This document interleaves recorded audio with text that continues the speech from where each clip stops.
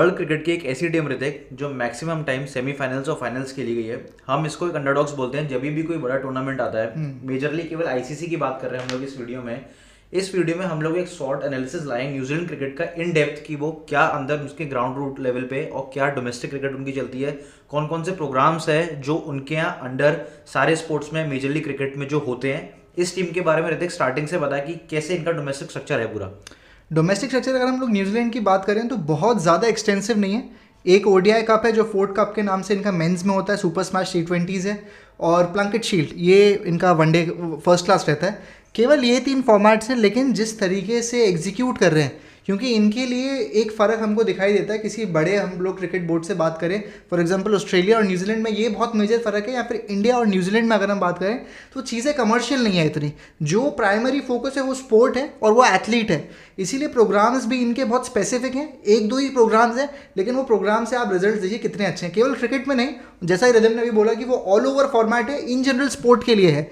लेकिन आप अगर रिजल्ट देखेंगे तो रग्बी में इनसे अच्छी टीम इस समय न्यूजीलैंड के अलावा पूरे वर्ल्ड में कोई सी नहीं है। और सेम चीज़ अगर क्रिकेट में भी बात करें तो हमेशा अगर आप टॉप 3 या टॉप 4 टीम्स बोलेंगे जो जिनका बोर्ड प्रॉफिटेबल भी है प्लस उनकी टीम्स भी अच्छा परफॉर्म कर रही हैं, तो इंडिया, ऑस्ट्रेलिया और अब मेरे को लगता है कि इंग्लैंड से ऊपर न्यूजीलैंड पहुंच गई है रिसेंट फॉर्म की अगर हम बात करें इन टर्म्स ऑफ परफॉर्मेंस।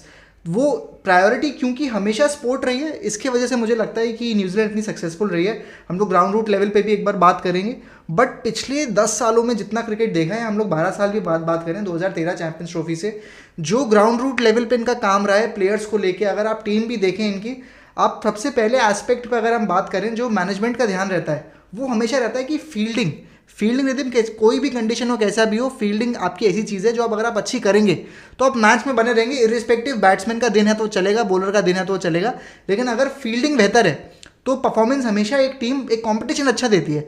अगर हम बात करें रिदम फील्डिंग की, इनकी अगर आप टीम देखोगे जो वर्ल्ड के टॉप फील्डर्स पिछले 12 सालों में रहे, वो 12 सालों में इनकी टीम्स में से निकल के आए हैं। भले हम सैंटनर की बात करें, नीशम की बात करें, विलियमसन की बात करें, या इस समय मुझे लगता है कि ग्लेन फिलिप्स से बड़ा फील्डर पूरे वर्ल्ड क्रिकेट में नहीं है। तो जो कोर लेवल पे बचपन से एक प्लेयर का जब अपब्रिंगिंग स्टार्ट हो रहा है एज अ क्रिकेट में अगर हम बात करें, तो प्रायोरिटी रही है कि कुछ भी हो, बैटिंग बॉलिंग बात की बात है, लेकिन आपकी फील्डिंग अच्छी होनी चाहिए। और इसी के चक्कर में जो भी इनके प्लेयर्स निकल के आ रहे हैं, भले वो फास्ट बॉलर हो, भले स्पिनर हो, या फिर वो बैट्समैन हो, उनकी फील्डिंग स्टैंडर्ड्स हमेशा से टॉप नॉच रहे।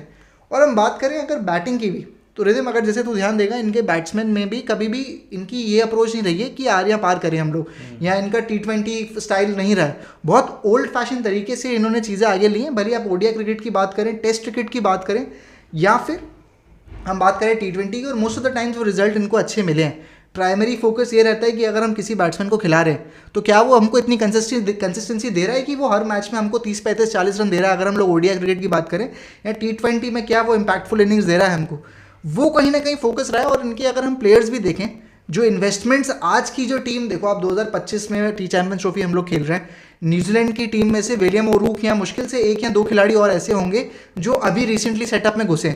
उसके अलावा इतने बड़े प्लेयर्स हैं, अगर हम बात करें तो सारे पास्ट के इन्वेस्टमेंट्स हैं इनके। भले वो विलियम को अब जाके मौका मिलने लगा क्योंकि उनकी इंडिया सीरीज़ अच्छी गई थी बहुत।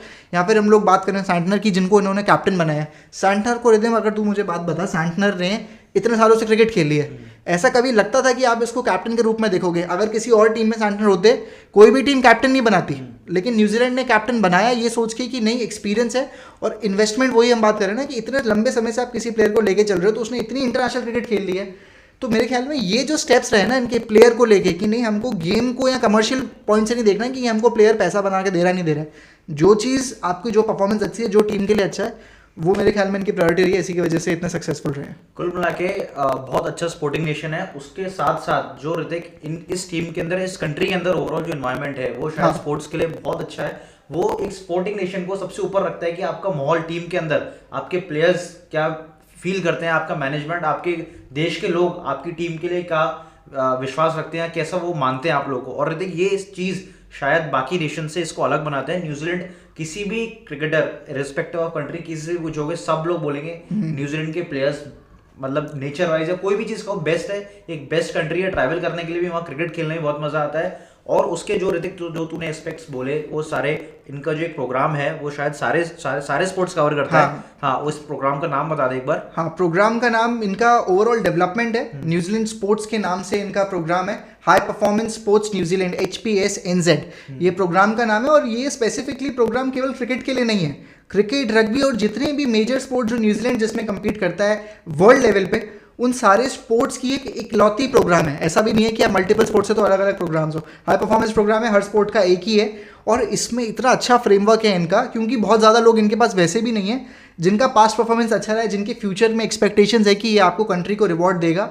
उस प्लेयर की एक एक चीज़, भले मेंटल वेलबींग हो, फिजिकल वेलबींग हो, स्ट्रेंथ एंड कंडीशनिंग, रिकवरी, क्या उसका करियर प्रॉफिटेबल है, क्या पैसों की ज़रूरत है फाइनेंशियली, एक एक एस्पेक्ट एक खिलाड़ी का उसमें कवर होता है। और काफ़ी सारे रग्बी के प्लेयर्स निकले न्यूजीलैंड के, और जो आप न्यूजीलैंड में हम लोग यंग क्रिकेटर्स देखते हैं वो भी इस प्रोग्राम के थ्रू आप कह सकते हैं कि फॉरवर्ड हुए हैं इंटरनेशनल लेवल पे।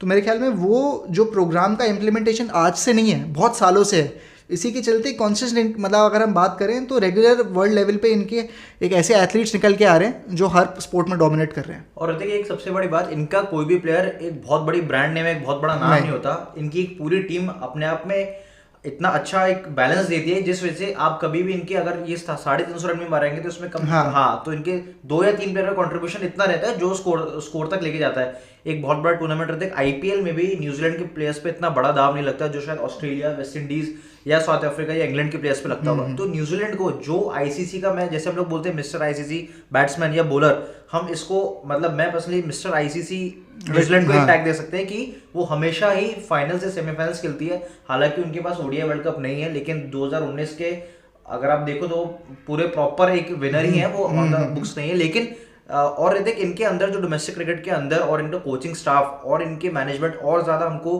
क्या लगता है कि ये बाकी टीम से अलग कितना क्यों है।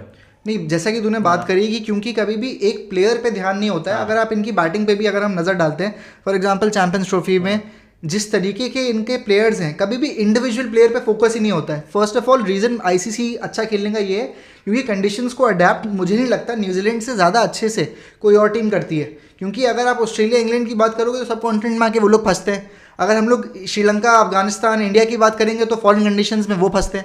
न्यूजीलैंड एक ऐसी टीम रही है, अगर आप 23 वर्ल्ड कप उठा के देख लो तो सेमीफाइनल्स खेला उन्होंने, 19 वर्ल्ड कप फाइनल्स खेला, 15 वर्ल्ड कप फाइनल्स खेला, और हम लोग 21 में जो ऑस्ट्रेलिया में हुआ था वर्ल्ड कप वो भी उसमें सेमीफाइनल्स खेला। सॉरी 21 तो दुबई, 21 तो दुबई का था, वो फाइनल्स खेला। और जो ऑस्ट्रेलिया वाला वर्ल्ड कप था 22 वाला, उसमें सेमीफाइनल्स खेला उन्होंने। तो मेरे ख्याल में अडेप्टेबिलिटी सबसे बड़ा रीज़न है। और एक लास्ट में अगर हम लोग चीज़ बोलेंगे तो कभी भी इंडिविजुअल इंपॉर्टेंस नहीं रहती है, पेयर्स में इनका काम है।